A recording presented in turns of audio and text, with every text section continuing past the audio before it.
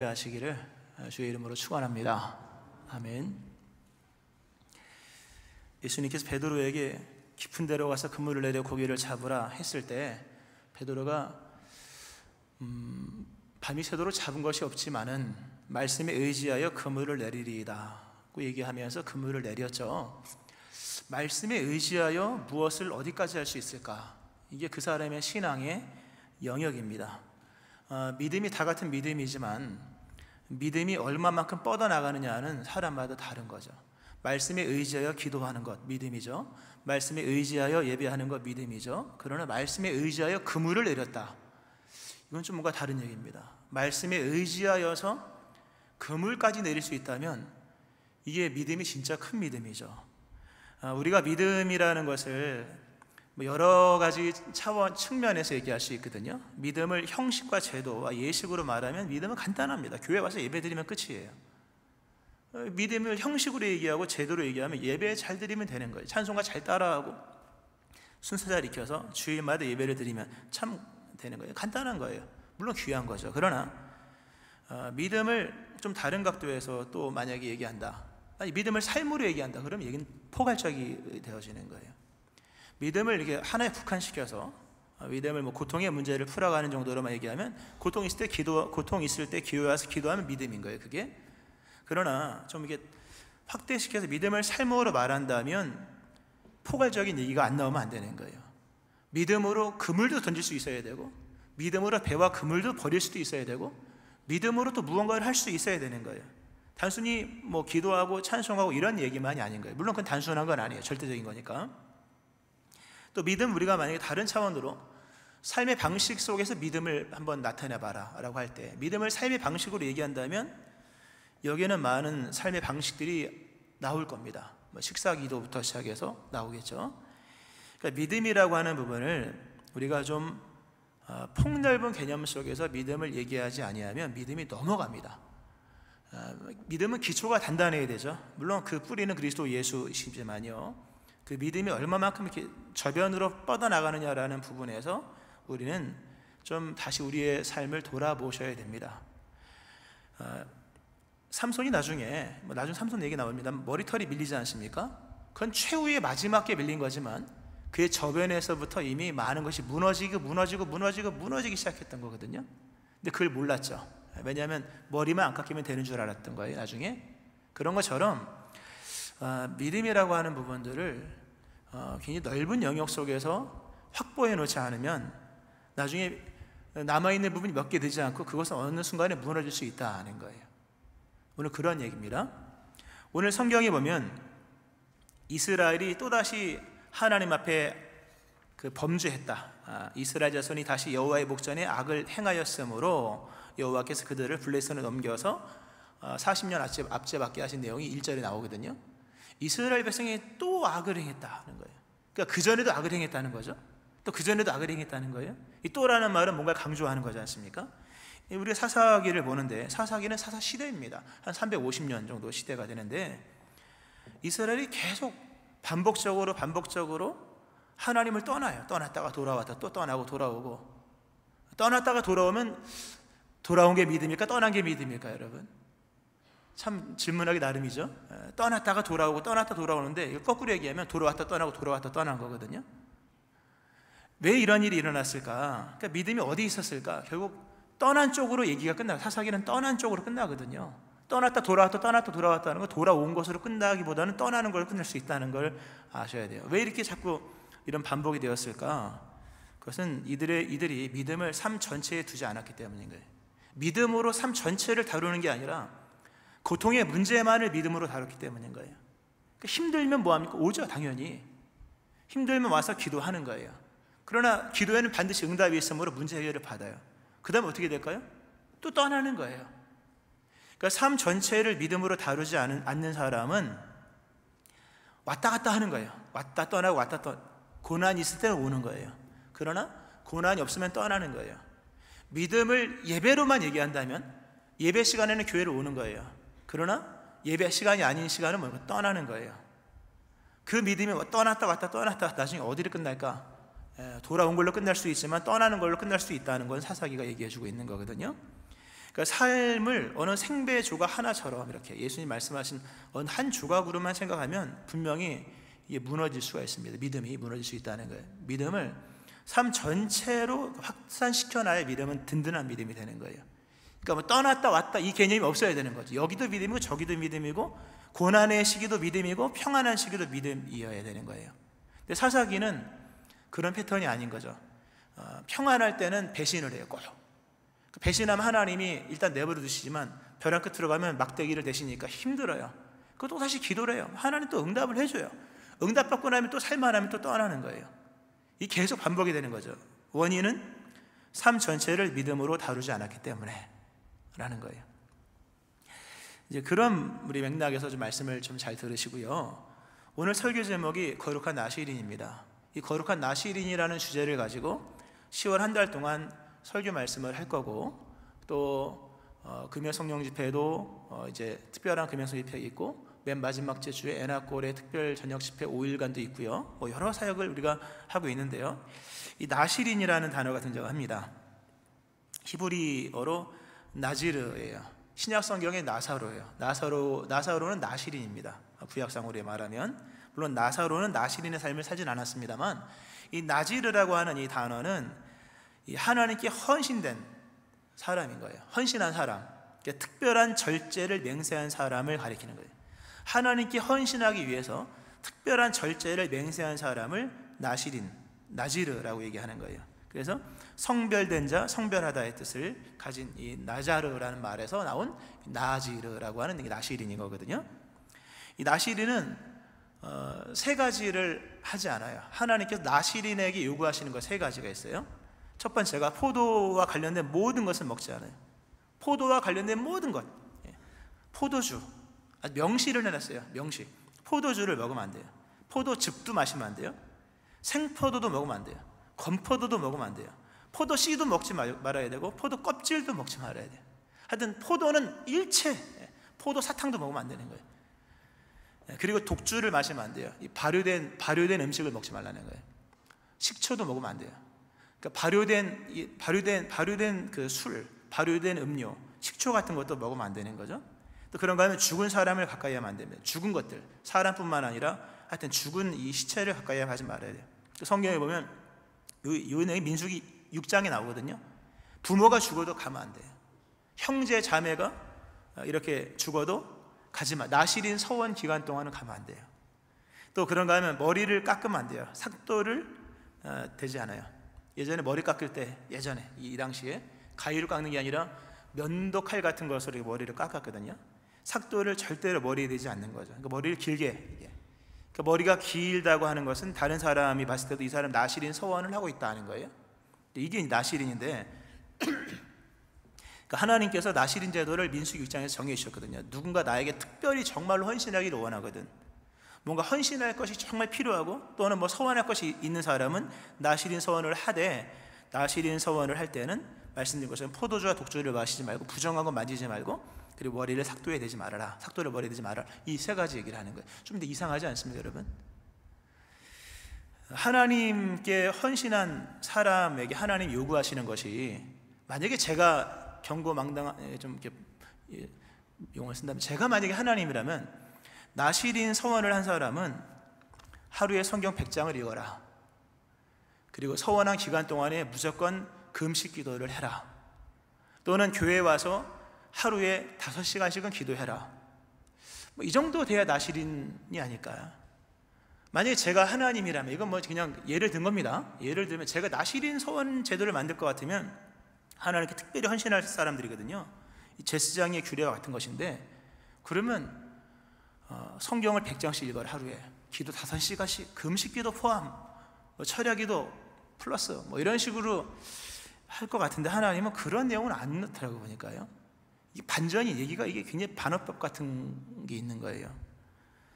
우리는 신앙의 결단을 하면은 내가 새벽기도 나와야지, 물론 중요합니다. 그리고 성경을 읽어야지, 중요합니다. 그리고 교회 열심히 나와야지, 중요합니다. 다 다음 주에도 포함된 내용들입니다. 그렇게 하셔야 됩니다. 하셔야 계세요. 그러나 거꾸로 얘기가 나가는 거예요. 그런 어떤 그 신앙의 어떤 굉장히 적극적인 부분에서의 어떤 표대지향적인 그런 신앙을 말씀하시는 것이 아니라 저변지향적인 말씀을 하신다는 거죠. 포도주를 마시지 말아라. 이게 무슨 의미일까? 차라리 그 시간에 성경을 한 장 더 읽는 게 낫지 않을까? 물론 맞죠. 그러나 신앙은 기반이 있다는 거죠. 신앙의 저변이 있다는 거예요. 이 저변은 신앙의 중심부에 못지않게 중요하다는 거예요. 이 포도주 이야기를 나시린에서 일본어로 다루면서 삼손의 이야기 쭉 끌어가면 나중에 삼손이 어떻게 됩니까? 블레셋의 기생이었던 드릴라에게 머리가 밀리잖아요. 눈이 뽑히고, 그리고 장렬한 전사를 당하죠. 포도주 이야기를 끝내 막 당겨봤더니 끝자락에 뭐가 있었는가 하면은 머리가 밀리고 눈이 뽑히는 사건이 있었다는 거예요. 중심과 저변은 분리된 것이 아닙니다. 믿음의 저쪽 끝에 있는 것이 내 중심과 분리된 것이 아니라는 거예요. 저기가 무너지다 보면 하나하나 무너지다 나중에 맨 마지막에 중심도 무너지는 거예요. 그러니까 저 지극히 작은 것을 무너뜨리는 것을 하찮게 생각하는 사람은 언젠가 중심도 무너지는 것을 하찮게 여길 수밖에 없는 거예요. 그러니까 나시린은 특별한 믿음의 사람인 거예요. 근데 믿음의 사람에 대한 특별한 요구가 우리가 생각하는 것처럼 성경을 100장씩 읽고 기도 5시간씩 이런 게 아니라, 물론 그런 것 중요하죠. 그러나 저변을 강화시켜라 하는 거예요. 신앙의 저 끝자락에 있는 경계를, 그리고 더 나아가 신앙을 확산시켜라 하는 거예요. 포도주를 마시지 말래요. 포도주는 정신을 흐리게 하죠. 정신을 흐리게 합니다. 술을 마시면 정신이 흐려진다고 합니다. 제가 마셔본 건 아니에요. 저는 아버지가 술을 하도 마시시고 옛날에 젊을 때 많이 마셔가지고 저는 술을 안 마십니다. 당연하죠. 안 마시지만 청년 때도 안 마시고 목사 되기 전에 안 마셨는데, 포도주는 정신을 흐리게 합니다. 이게 중요한 얘기예요.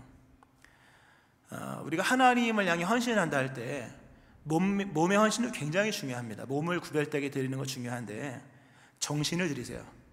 맑은 정신을 주님께 드리는 것은 몸의 헌신 못지않게 중요한 거예요. 포도주를 멀리한다. 포도주뿐만 아니라 포도 씨앗조차도 먹지 않는다고 하는 것은 정신을 지키는 거예요, 여러분. 성경에 보면 레위기 10장에 보면 그 제사장 나답과 아비후가 성소 안에서 분향을 하다가 그 분향의 불에 이렇게 살라 죽임을 당하는 내용이 나와요. 그러니까 원인은 한 가지예요. 명하지 않았던 불로 분향했기 때문이에요. 원래 성소 안에 분향의 그 불씨는 번제단의 그 거룩한 불씨를 가지고 향을 태워야 되는 거예요. 근데 명하지 않은 그 어딘가에서 알 수 없는 불씨를 갖고 와서 그냥 하나님께 드려버린 거죠. 하나님께서 그걸 안 받으시죠. 그때 모세가 그 얘기를 합니다. 모세가 이 이야기를 일단 그 나답과 아비후의 아버지 아론에게, 그리고 그 형제들 엘리아사 이다말에게 슬퍼하지 마라. 원인을 점검하지 않은 사고에 대한 슬픔만을 하는 것은 하나님께서 일으키신 이 일에 대한 이 저항 같은 거다. 아주 중요한 교훈이 있어요. 사실 거기에는 원인을 찝지 않고 현상만을 갖고 슬퍼하고 하는 것은 하나님 원하시는 게 아닌 거예요. 슬퍼하지 마 이렇게 얘기해요. 그리고 얘기하는 것이 너와 너의 자손들이 회막에 들어갈 때에는 포도주와 독주를 마시지 말라. 그리하여 너희 죽음을 면하라. 이는 너희 대대로 지킬 영원한 규례라. 그리하여 너희가 거룩하고 속된 것을 분별하며 부정하고 정한 것을 분별하고, 이렇게 말씀이 이어지거든요. 이 사람들이 하나님이 원하시는 대로 가야 되는데, 그 불로 드려야 되는데 자기들이 임의로 어디서 주워온 숫덩이 같은 걸 가지고 하나님께 분향을 하다가 이런 사고가 난 것이거든요. 그러니까 정신 상태가 잘못된 거예요. 근데 모세가 얘기하기를 포도주와 독주를 마셨기 때문인 것으로 이렇게 유추가 될 수 있게끔 얘기했거든요. 믿음의 사람이 되찾아올 것은 많습니다. 물질도 되찾아와야겠으나 맑은 정신을 되찾아오셔야 됩니다. 정신이 맑아야 되는 거예요. 여러분 보세요. 이 사람이 맑은 정신을 가졌을 때 그때 뭐가 떠오를까요? 누가 떠오를까요? 하나님이 떠올라요. 사람이 철이 들면 부모님이 떠올라요. 더 철이 들면 자식이 떠오르고, 진짜 철이 들면 부인이 떠올라요. 부인 떠오르기를 축원합니다. 이게 사람이 생각이 맑아지면 그제서야 생각해야 될 본연의 것을 생각을 하는 거예요. 사람이 정신이 진짜 맑아지면 하나님을 생각하는 거예요. 예수 믿는 사람이 왜 하나님 생각 잘 안 할까요? 정신이 멍하기 때문인 거예요. 정신이 멍한 이유는 멍하게 만드는 그 무언가를 끊지 않았기 때문인 거죠. 포도주라고 하는 것은 여러 의미가 있습니다. 우리의 정신을 흐리게 만드는 거예요. 그러니까 포도주를 끊는다고 하는 것은 맑은 정신을 갖고 있는 거예요. 10월 한 달 동안 깨어있는 정신이 있기를 축원합니다. 맑은 정신 속에서 구별하는 거예요. 부정한 것과 정한 것을 구별하고, 특별히 거룩한 것과 성속을 구분한다. 이 거룩한 것과 속된 것을, 속된 것이라는 게 뭐 이렇게 우리가 말하는 부정적인 것을 말하는 것만이 아니라 평범한 것이라는 의미로 담겨 있어요. 우리가 부정한 것과 정한 것을 구별하기 쉬워요. 썩은 것과 썩지 않은 것은 쉬워요. 그러나 거룩한 것과 평범한 것을 구별하는 것은 참 어려운 거예요. 평범한 것과 거룩한 것도 구별할 수 있어야 성도인 거예요. 나시린 제도에 의하면. 근데 그건 진짜 고도의 맑은 정신으로만 가능한 거예요. 이런 의미가 담겨 있다는 것. 자, 포도주를 또 멀리하라는 내용 속에는 술은 방탕의 거점이죠. 에베소서 5장 18절 말씀에 술 취하지 말라, 이는 방탕한 것이니 오직 성령으로 충만함을 받으라, 자라는 말씀이죠. 그 직역해드리면요, 너희는 포도주에 취하게 되지 말라, 그것에 방탕이 있다 거예요. 여러분, 방탕이 어디 있을까요? 방탕의 자리가 어딜까요? 저기 뭐 어디 뭐 터미널 뒤쪽에 가면 술집일까요? 아니면 뭐 어디 근방이 노래방일까요? 방탕의 거점은 술이 있는 곳입니다.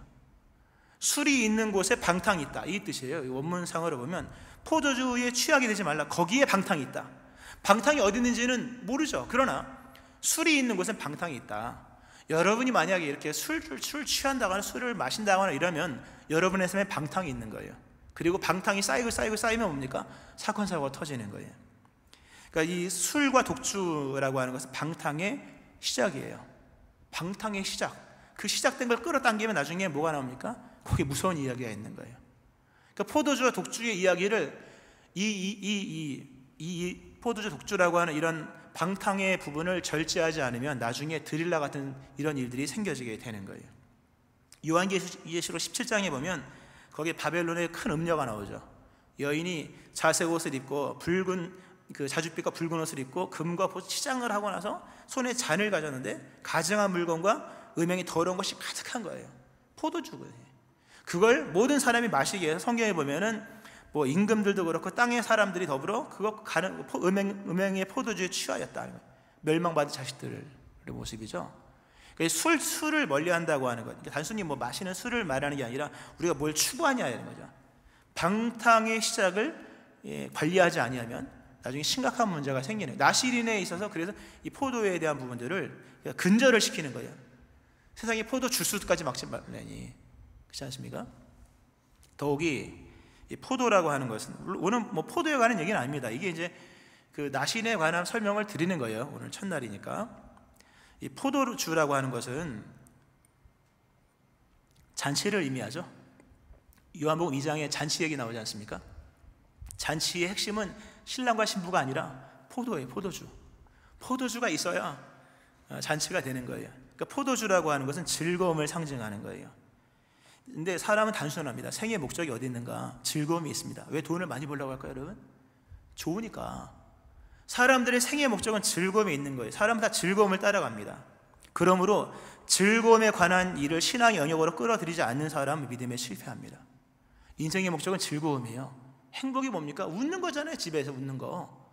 즐거움의 영역을 신앙으로 끌어들이지 않는다는 것은 이건 아주 위험한 일이에요. 성경이 말씀하지, 향락을 좋아하는 자는 살았으나 죽었느니라. 즐거움에 관한 문제를 정리하지 않아서 향락으로 치달으면 살아있으나 죽은 자, 이건 결론이 뻔한 거예요. 그러니까 포도에 관한 것들을 끊는다고 하는 것은 즐거움에 관한 것을 신앙 영역으로 끌어들인다는 걸 말하는 거예요. 더 나아가서 뭡니까?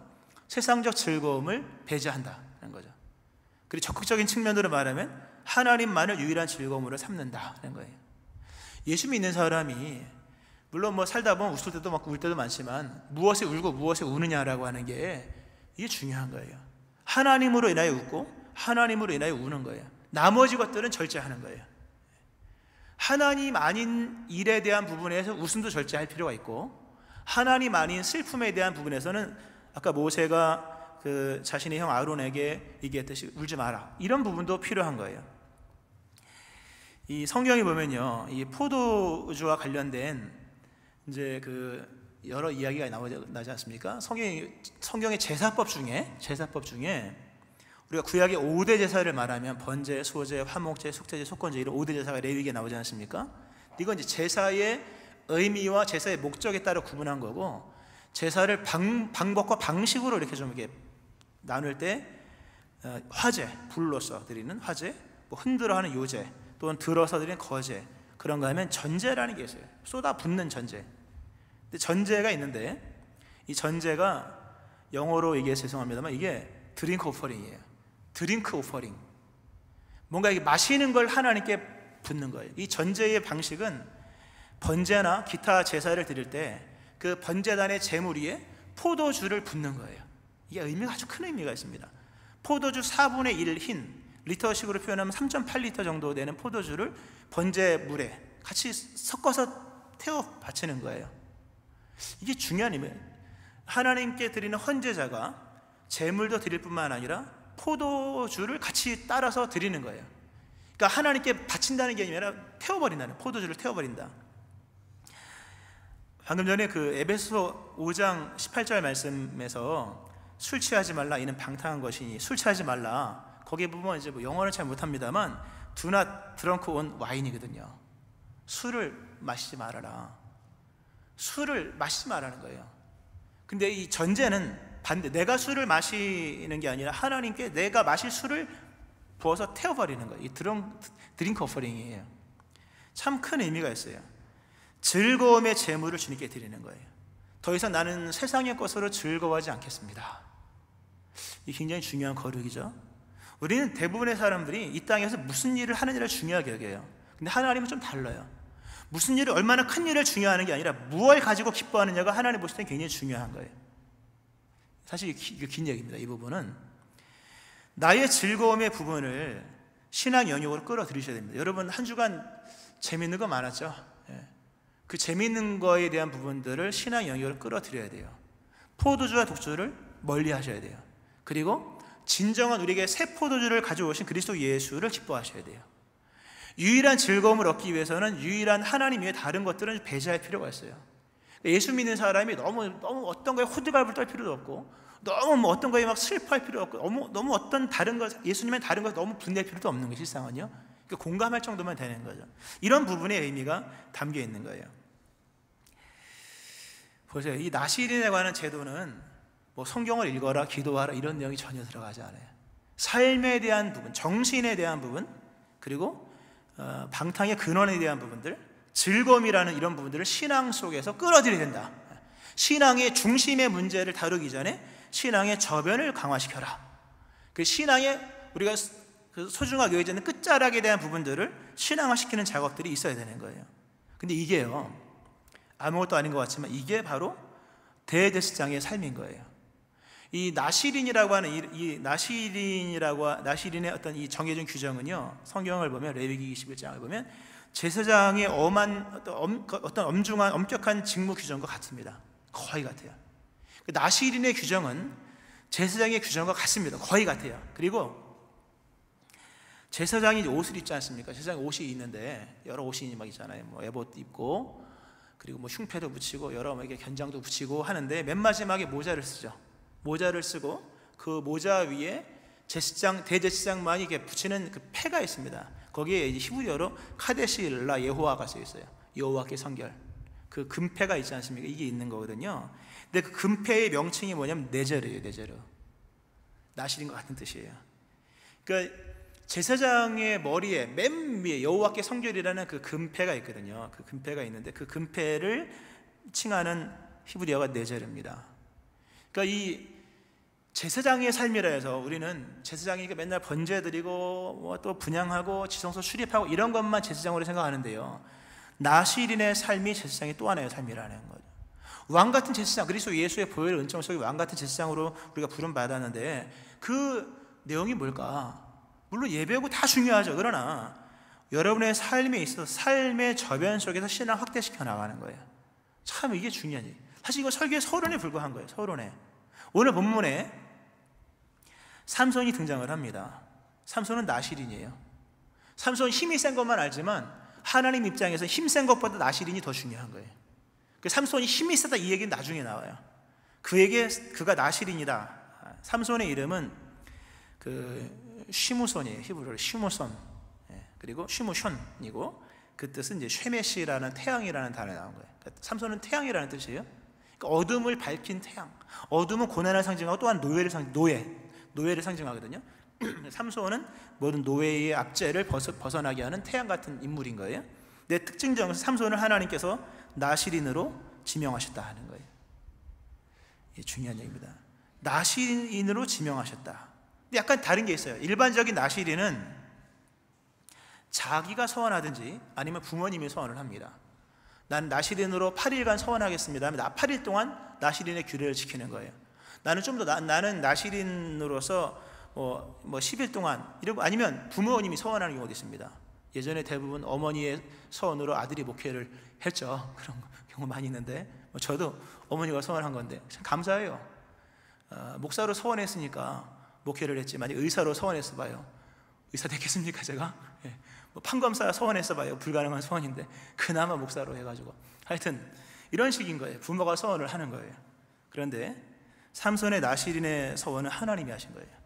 하나님이 삼손을 잉태하게 하시면서 이 삼손은 나시린이다 하고 지명해 주셨어요. 그게 차이가 큽니다. 또 나시린의 소원 기간이 보통 있어요. 정해져요. 평생 할 수 없는 거거든요. 근데 삼손에 대해서는 기간을 일평생으로 잡아주십니다. 이 큰 의미가, 성경에 보면 일평생 나시린으로 살았던 사람이 몇 있어요. 이 삼손, 그리고 사무엘, 그리고 신약의 세례요한, 그리고 사도 바울도 약간 그런 뉘앙스는 있습니다. 있는데 하여튼 사무엘과 삼손과 세례요한은 다 나시린인 거예요. 그러니까 하나님께서 일평생 나시린으로 살 수 있도록 살아라고 이렇게 삼손 같은 게 지명해 주셨습니다. 왜 그렇게 하셨을까? 하나님께서 왜 삼손을 나시린으로 하셨으며 왜 나시린의 기간을 그렇게 일평생 해주셨을까? 그것은 하나님께서 새 역사를 행하시기 위한 거예요. 이게 중요한 얘기입니다, 여러분. 많은 사람이 새로움을 추구하고 새 역사가 일어나기를 원하는데요, 그 새로움은 뭔가 새로운 것이 일어나서 새로운 게 아닌 거예요. 믿음이 새로워져야 돼요, 여러분. 신앙이 새로워져야 돼요. 그리고 오늘 말씀처럼 한다면 신앙의 저변을 확대시켜야 돼요. 신앙의 저변을 확대시키고 믿음을 가지고 삶을 거론하셔야 돼요. 삶을 거론하지 않는 믿음은 너무 협소한 거예요. 이게 뭐 기반이 너무 안 되는 거죠. 그러니까 하나님께서 이스라엘에게 새 역사, 지루한 사사시대 350년이었거든요. 350년의 긴 사사시대, 뭐 새로운 게 올 것 같더니 안 오는 거예요. 이게 중요한 얘기인데요, 사사시대가 350년인데요 한 번도 새로운 시대가 오지 않았어요. 이따금씩 새로운 시대가 올 것 같았어요. 근데 알고 보니 새로운 시대가 온 게 아니라 이 악순환의 사이클이 더디게 돌아갈 뿐인 거예요. 너무 중요한 얘기예요. 우리는 착각을 할 때가 있어요. 뭔가 새날이 왔나 보다. 새날이 온 게 아니라 내가 넘어지는 주기가 더디게 돌아갈 뿐인 거예요, 여러분. 옛날엔 한 달에 한 번씩 넘어졌는데 이제는 2달에 한 번씩 넘어지니까 믿음이 새로워진 줄 알고 있을 수 있는 거예요. 옛날엔 3개월에 한 번씩 주기적으로 슬럼프 빠져가지고 안 나오다 다시 나오고 안 나오고 다시 나오고 그러다가 이제 좀 뭐가 좋아지니까 2, 3년 가는 거예요. 근데 그건 새로운 게 아닌 거예요. 그거는 사이클이 더디 돌아가는 거예요. 이렇게 천천히. 사사기가 그러한 거예요. 새로운 줄 알았으나 새롭지 않아요. 350년이라는 시간 속에 아무렇지도 않을 뿐인 거예요. 하나님께서 새로운 일을 하게 하시기 위해서 지명하여 부른 사람이 삼손인데, 삼손이 그 일을 감당하기 위해서 필요한 것은 막강한 힘이 아니라 거룩이었다 하는 거예요. 여러분의 인생 속에 새날이 오기 위해서 여러분 뭐가 필요하다고 생각하십니까? 삼손 같은 힘입니까, 여러분? 삼손을 힘의 이야기를 풀어가면 할 얘기 많죠. 그러나 나중에 힘 다 빠져버렸죠. 원인은 그 거룩을 잃어버렸기 때문인 거예요. 하나님이 찾으시는 새로운 인물들, 새로운 역사를 펼쳐가기 위해서 하나님께 찾으시는 사람들은 나시린 같은 사람이 거룩한 삶을, 그리고 하나님을 생각하는 삶을 사는 사람들을 말하는 거예요. 여러분의 인생 정말 새로워졌는지, 정말 새날이 오고 있는지를 정확한 좀 냉철한 판단을 하셔야 돼요. 좀 신중하게 보셔야 돼요. 성경에 보면 신중하라 신중하라 디모데전후서 디도서에 나오죠. 신중은 본인에게 냉철하라는 뜻이에요. 본인에게 냉철하라, 이게 신중이라는, 찾아봤어요. 그런 뜻이에요. 정말 새날이 맞느냐라고 하는 거예요. 새날은 거룩한 결단과 더불어서 일어나는 거예요. 하나님이 원하시는 거룩에 응답하면서 새날이 오는 거예요. 오늘 이 본문을 보면 13장이 사사기 13장인데요, 보통 사사기의 새 역사는요, 뭐 패턴이긴 합니다만 백성들이 간구할 때 하나님 응답하세요. 압제받음으로 백성들이 고통 중에 신음하고 부르짖을 때 하나님이 또 건지세요. 근데 본문에서는 이스라엘 백성이 기도했다는 내용이 안 나와요. 그러니까 하나님께서 삼손을 보내실 때 백성들이 블레셋 40년 압제받고 신음하여 기도하면서 진지한 기도를 말하는 거거든요. 진지한 기도, 회개의 의미를 갖고 있는 진지한 기도를 드릴 때마다 하나님이 건져주셨는데, 본문 속에서는 이런 진지한 기도가 없어요. 시시한 기도조차 없는 거예요. 근데 하나님이 먼저 행하십니다. 이거 어떤 의미일까? 여러 의미가 있습니다만 시간상 이스라엘 백성들의 기도조차 의미가 없는 거예요. 그들의 기도의 응답으로 뭘 줘도 되질 않는 거예요. 왜?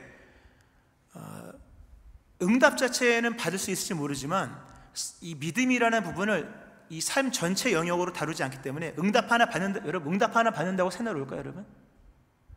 여러분이 기토록 기도하는 제목이 응답되면 새날이 온다고 생각하십니까? 그 자극에서 벗어나셔야 돼요. 물론 그렇게 생각하지도 않겠지만, 하나님이 이스라엘 백성이 기도도 하지 않았음에도 불구하고 이 새날을 여시는 일을 합니다. 그것은 여러 의미가 있습니다. 진짜 시간상 그냥 핵심만 짚으면, 이스라엘 백성들은 무엇을 기도하는지 몰랐기 때문에 그들의 기도조차도 의미가 없었기 때문이에요.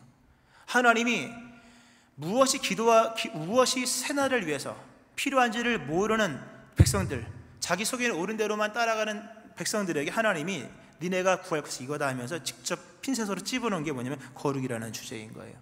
말씀 맺겠습니다. 나중에 삼손이 그래도 큰 일을 합니다. 근데 삼손이 큰 일을 할 수 있었던 것은 그가 힘이 센 삼손이었기 때문이 아니라 그가 나실인이었기 때문인 거예요. 이게 중요한 얘기입니다. 힘이 센 삼손이었기 때문에 그가 큰 일을 한 것이 아니라 나실인이었기 때문에 큰 일을 한 거예요. 삼손이 큰 일을 하다 나중에 한순간에 머리가 밀리고 눈이 뽑히죠. 언제 무너졌습니까? 나실인의 그 서원이 끝났을 때, 맨 마지막에 머리가 밀렸을 때. 머리가 밀렸다는 것은 힘을 뺏겠다는 의미가 아닌 거예요, 여러분. 머리가 밀렸다는 것은 나실인의 최후의 마지막 상징이 사라졌다는 거예요. 마지막 거룩의 상징이 사라지니까 힘도 사라지는 거예요. 그런 의미인 거예요. 그러니까 삼손이 큰 일을 했으나 삼손으로서 큰 일을 한 것이 아니라 나실인으로서 큰 일을 한 거예요. 나중에 결국 오늘 본문에 보면 삼손이 블레셋으로부터 이스라엘을 구원하기를 시작하죠. 그러나 종결은 못 맺죠. 블레셋과의 이 종결 뿐만 아니라 이 사사시대의 종결을 삼손이 못하잖아요. 못 내립니다. 나중에 누가 내립니까? 사사시대를 누가 종결시킵니까? 또 다른 나실인이 등장해요. 사무엘.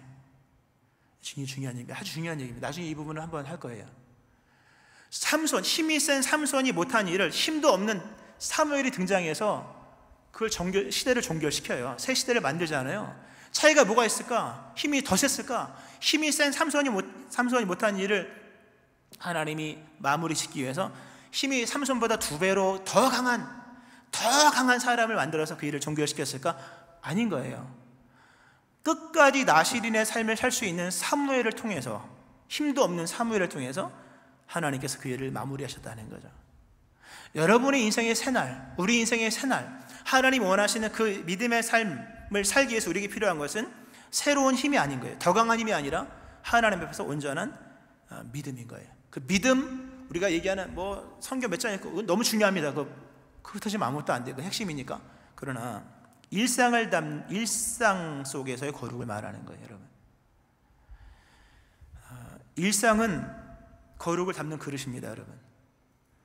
믿음의 핵심과 믿음의 저 주변은 연결되었다는 걸 아셔야 돼요. 한 달 동안 우리가 거룩한 나실인으로 살면서 기도 얘기도 할 거예요. 여러 이제 중심적인 얘기도 할 겁니다만 오늘은 첫 시간이지 않습니까? 일상은 거룩을 담는 그릇이에요. 보세요. 포도주를 끊는 것을 못하면 나실인은 실패인 거예요. 음식 조절이 거룩의 삶의 기본이다 하는 거예요. 음식 조절이 거룩의 삶의 기본인 거예요. 품행 유지, 정한 곳 가고 부정한 곳 안 가는 것, 품행 유지가 거룩의 기초인 거예요. 아무거나 먹고 아무 때나 먹고 아무렇게나 행동하는 삶은 거룩이 유지될 수가 없어요. 거룩은 우리가 만드는 게 아니잖아요. 하나님 주시는 거죠. 그러나 유지는 우리가 좀 할 필요가 있는 거예요. 삼손에게 거룩이 임했죠. 영감도 임하고 힘도 임했습니다. 그러나 그는 유지를 못할 나중에 원인은 아무거나 먹었기 때문이에요. 아무거나 먹었다는 거예요. 아무 때나 먹었고 아무 데서나 잠을 자고 아무 사람이나 만나고 아무렇게나 행동했던 삶 때문인 거예요. 즉 이렇게 아무렇게나 행동했다고 하는 것은 그가 하나님을 아무것도 아닌 분으로 여겼다는 거예요. 하나님을 아무것도 아닌 분들이 여긴 사람들의 삶은 뻔한 거예요. 아무렇게 행동해요. 아무거나 먹고 아무 때나 자고 아무 때나 아무 데서나 아무 사람이나 만나는 거예요. 신앙의 저변이 없는 거예요. 넘어지게 돼 있는 거예요. 믿음의 사람은 아무거나 먹는 사람이 아니에요. 아무 데나 가는 사람이 아닙니다. 아무나 만나는 사람이 아닌 거예요. 믿음의 사람은 하나님을 생각하면서 예배 때만이 아니라 나의 일상생활에서도 하나님을 생각하면서 그분의 거룩을 펼쳐가는 삶을 사는 사람이 믿음의 사람이에요. 그게 준비가 된 나시린을 통해서 하나님은 새 시대를 열어가는 거예요. 사람이 준비되면 일을 시작하신다는 거예요. 10월 한 달 동안 열심히 기도하시고 말씀 중심으로 오시되 우리가 잊고 있었던 일상의 삶의 영역 속에서도 더 이상 아무렇게나 살지 않고 하나님 원하시는 거룩한 삶을 삶으로 하나님의 큰 역사가 새롭게 시작되어지는 여러분의 삶, 나시린 같은 삶이 되어지기를 주의 이름으로 축원합니다. 아멘. 기도하시겠습니다.